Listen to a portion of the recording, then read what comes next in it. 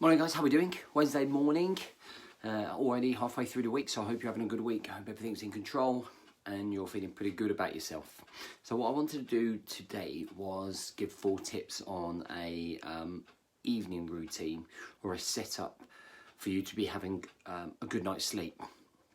And these are checkpoints, these are things that I think are really important for you, just as important as the morning routine, as the golden hour, as your work at time.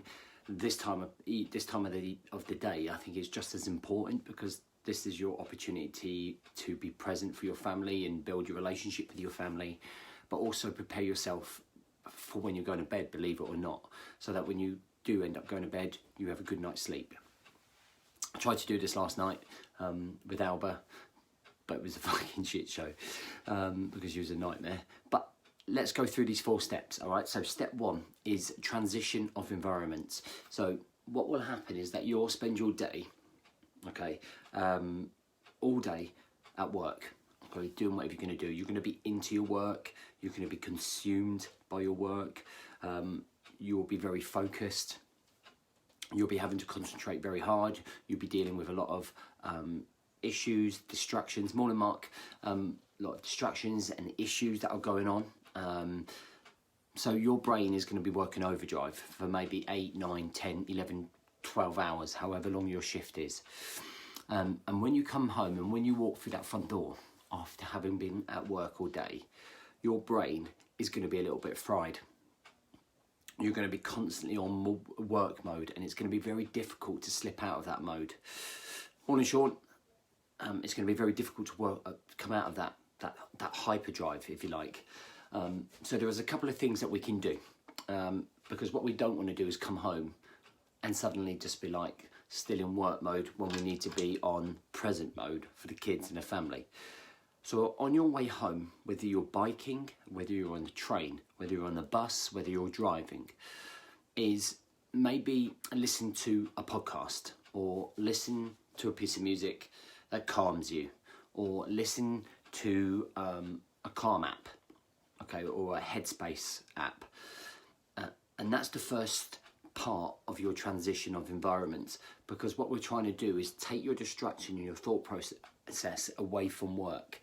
Now what I find is that when I finish work, I suddenly go, right, that's me for the day, but my head is still crammed with everything I've been doing, and it feels like I should be driving on and ploughing through even more work. So I need to do something that's going to change that.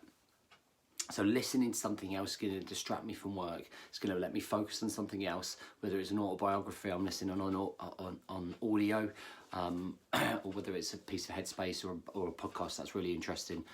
And it just distracts my brain from the work mode, okay? When we come home, there are other things that you can do. You can come into the kitchen. You can prepare your food for the next day. So you might invite the kids to help you.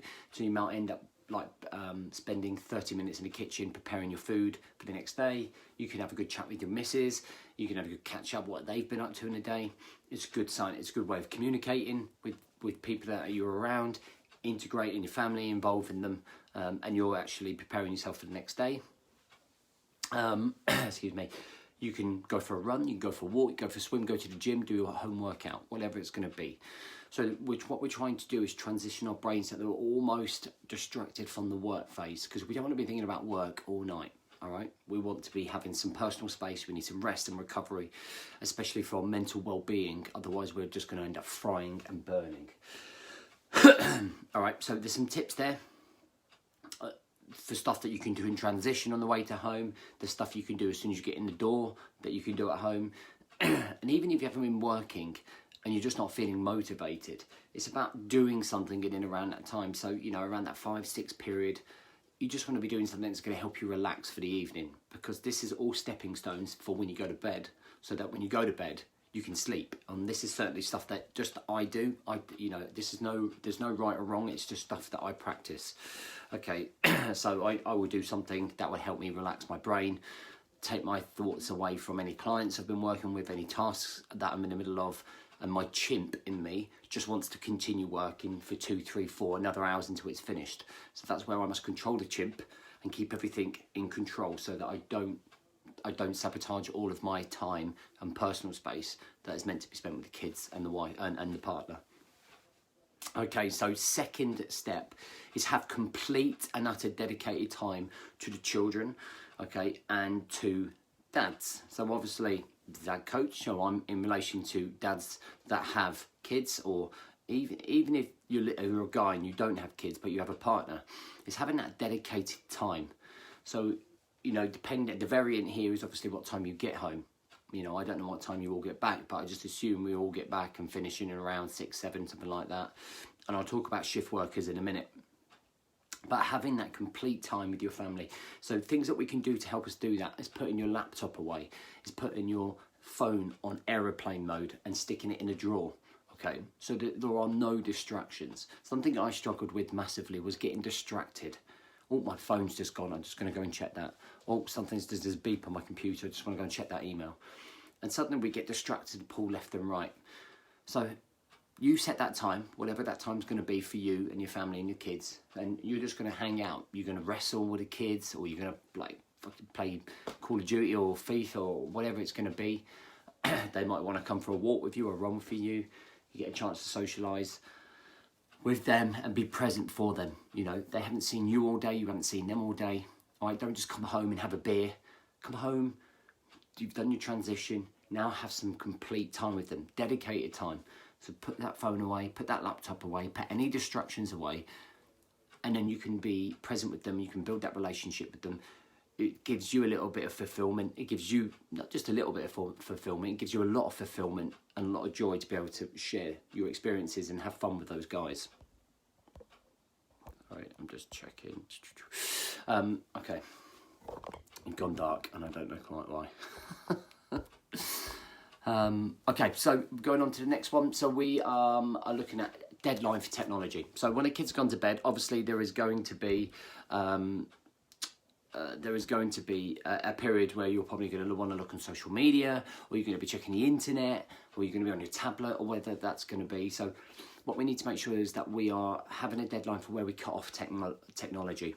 Now, what technology does is consumes our brain again. So just like work did, and we're so intense and consumed by everything that's going on, we tend to fall down rabbit holes. Okay, so rabbit holes tend to be things when we suddenly go click on a link and that takes us to something, and before you know it, you're 5 clicks down the funnel and rabbit hole, and you completely wasted a whole hour of your evening. But your brain is super like mind fucked. Okay, we're trying to relax the state of mind and your brain, we're trying to relax it before we go to bed. So have a cut off for social media and using your phone. So my deadline is 6:30. Anything that I post after that is scheduled, so it automatically does get posted. I don't speak to any clients, I don't respond to any text messages, I put my phone on do not disturb, so only the people that need to get hold of me can, i.e. family or very, very close friends.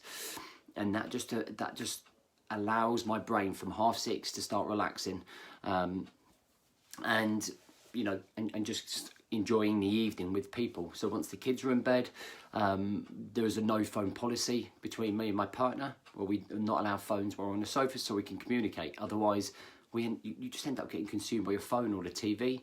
We find something that we want to watch. Okay, so having that deadline, number 3, is super important. Okay, step 4. Okay, so step 4 is about getting your sleep. Now for me, I go to bed at 8:45 or 9 o'clock, something like that, depending on the program that we've recorded the night before. Kind of get to that stage, and by then, because we haven't been on social media, because we've allowed ourselves to transition through the different stages of the evening routine, a lot more relaxed.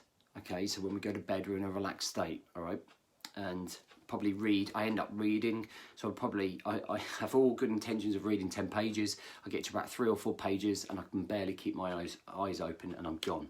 So I'm usually asleep by 9:30, which obviously gives me a good like 7 hours sleep, 6.5, 7 hours sleep, and that's I think what we should be looking for. All right, so all of these 4 steps are all designed to help you in your variable lifestyle where you are, have a good evening routine. It's all leading up to you having a good night's sleep and that rest and recovery which we need, which our brain needs, which our body needs. If you're a shift worker, then very much you're going to change this routine around your shifts. Okay, so a lot of this stuff you still be transitioning every time you finished. You still be having that time with the family, making sure that you're planning it in. Okay, you still have your deadline for technology for when you sleep, and then obviously your sleep pattern's going to be a little bit different. They're all going to be all over the place, but try and get into the habit of doing the same thing over and over again for the different shifts that you have. All right, guys. Right, that's me. Have a great day. I hope that helps. If you listen on podcast, please do leave a review on the podcast. If you're watching on the video, please make sure you've liked and shared for me, guys. All right. Thanks very much.